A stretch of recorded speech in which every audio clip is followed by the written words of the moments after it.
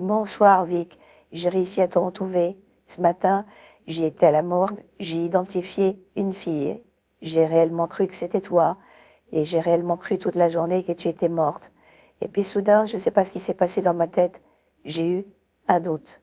Et j'ai décidé de te chercher dans les endroits que tu aimes fréquenter, les endroits de vacances où parfois je viens avec ton père et tu nous accompagnes.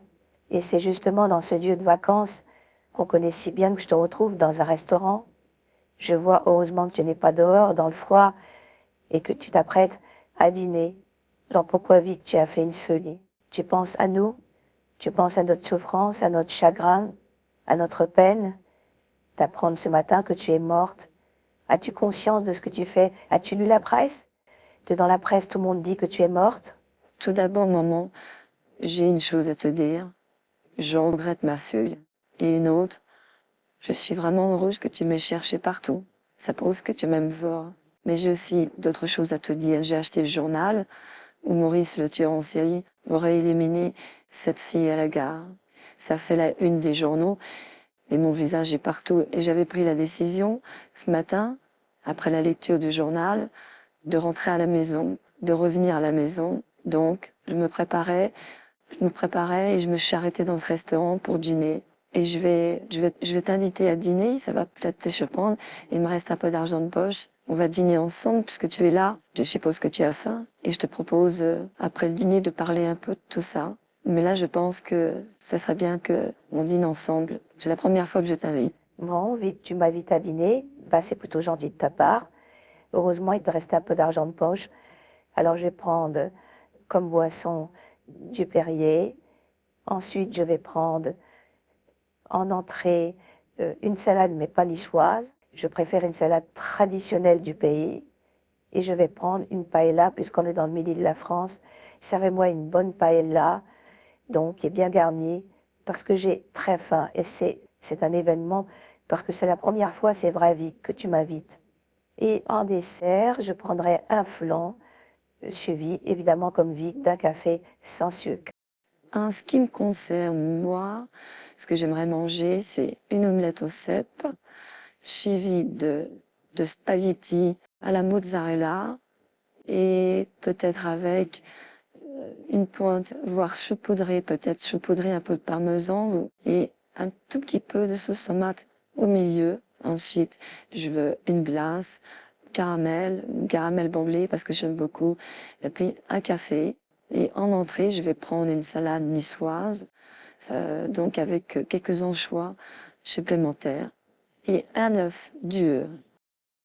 Vic, je ne sais pas pourquoi tu réagis comme ça. Je pense que tu as eu peur à cause de Maurice, ce tueur en série.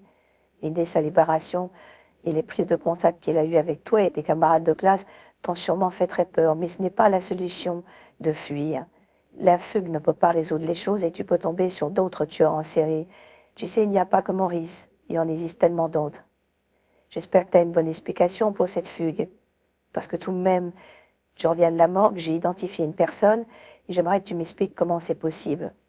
Que cette personne portait sur elle ton manteau, avait ta pièce d'identité et en plus de ça, portait ton petit collier en or que je t'ai offert, tu te souviens, cette petite sainte. Et tu as choisi ce collier devant moi. Alors j'ai vraiment cru que tu étais morte, parce que le corps était carbonisé de la victime. Et que cette victime, la police ne pouvait pas l'identifier. Alors j'ai apporté l'identification finale, confirmant que c'était ton cœur. Mais je vois que tu te portes bien, tu dînes, et tu n'as même pas passé un coup de téléphone, d'avoir une explication et que tu sois un peu sincère dans ta vie et tu me dises pourquoi tu nous fais une telle misère, tu nous causes une telle souffrance. Maintenant qu'on a terminé le dîner, je vais être ronce avec toi et surtout ne le prends pas mal.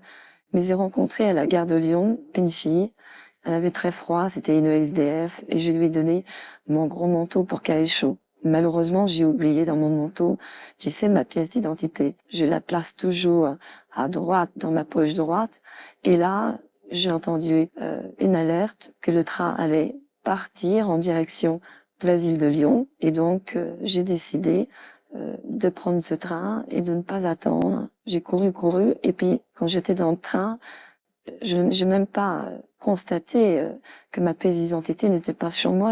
À aucun moment, pensé que j'avais oublié ma pièce d'identité. C'est simplement il y a quelques heures que je viens de découvrir qu'elle n'est plus en moi. Donc je ne le savais pas moi-même. Et pour le petit collier en or, c'était une fille vraiment très très pauvre qui croit en beaucoup de choses. Et elle a trouvé mon collier très bon. Et elle m'a fait de la peine parce que c'est une fille sans argent, une SDF, et j'ai décidé de lui offrir parce que c'était son premier collier en or. Et donc, j'ai de bon cœur, j'ai un bon cœur, tu sais, et j'ai dit, écoutez, je vous l'offre, et je l'ai mis autour de son cou. Voilà comment tout ça est arrivé, et que la police, finalement, l'a identifié comme étant moi-même. C'est, je dirais, un concours de circonstances étranges, mais je crois que dans la vie, c'est très rare qu'il se passe pas quelque chose d'un peu bizarre. Et je t'assure que ça s'est passé comme ça et que je ne suis pas mêlée à cette histoire. Je ne l'ai pas aidé, Maurice ou quelqu'un d'autre, à kidnapper cette fille et à la supprimer dans un coin. Moi, j'ai juste offert un collier en or et c'est une erreur que ma pièce d'identité se trouvait sur elle. Et puis de là, toute l'affaire a éclaté. Et il y a quelques heures, j'ai pris ma décision de rentrer sur Paris et tu me découvres dans ce restaurant. Et évidemment, tu étais souvenu qu'on venait souvent dans ce restaurant. Et j'aurais pu déjà remonter sur Paris et je devrais pas me trouver ici ce soir. Mais j'ai été bloquée dans un bouchon et on pouvait pas avancer les voitures et je voulais pas faire de stop. Je voulais prendre le bus. J'ai raté mon bus. Il n'y a pas d'excuse pour la fugue. Je ne trouve pas de mots. Je pense que c'est une chose qu'on ne doit jamais faire et que c'est vrai que je vous ai mis en péril, en danger. Donc, ne t'inquiète pas. Et je vais évidemment faire en sorte que tu me pardonnes, même si peut-être ça va être un peu long et difficile.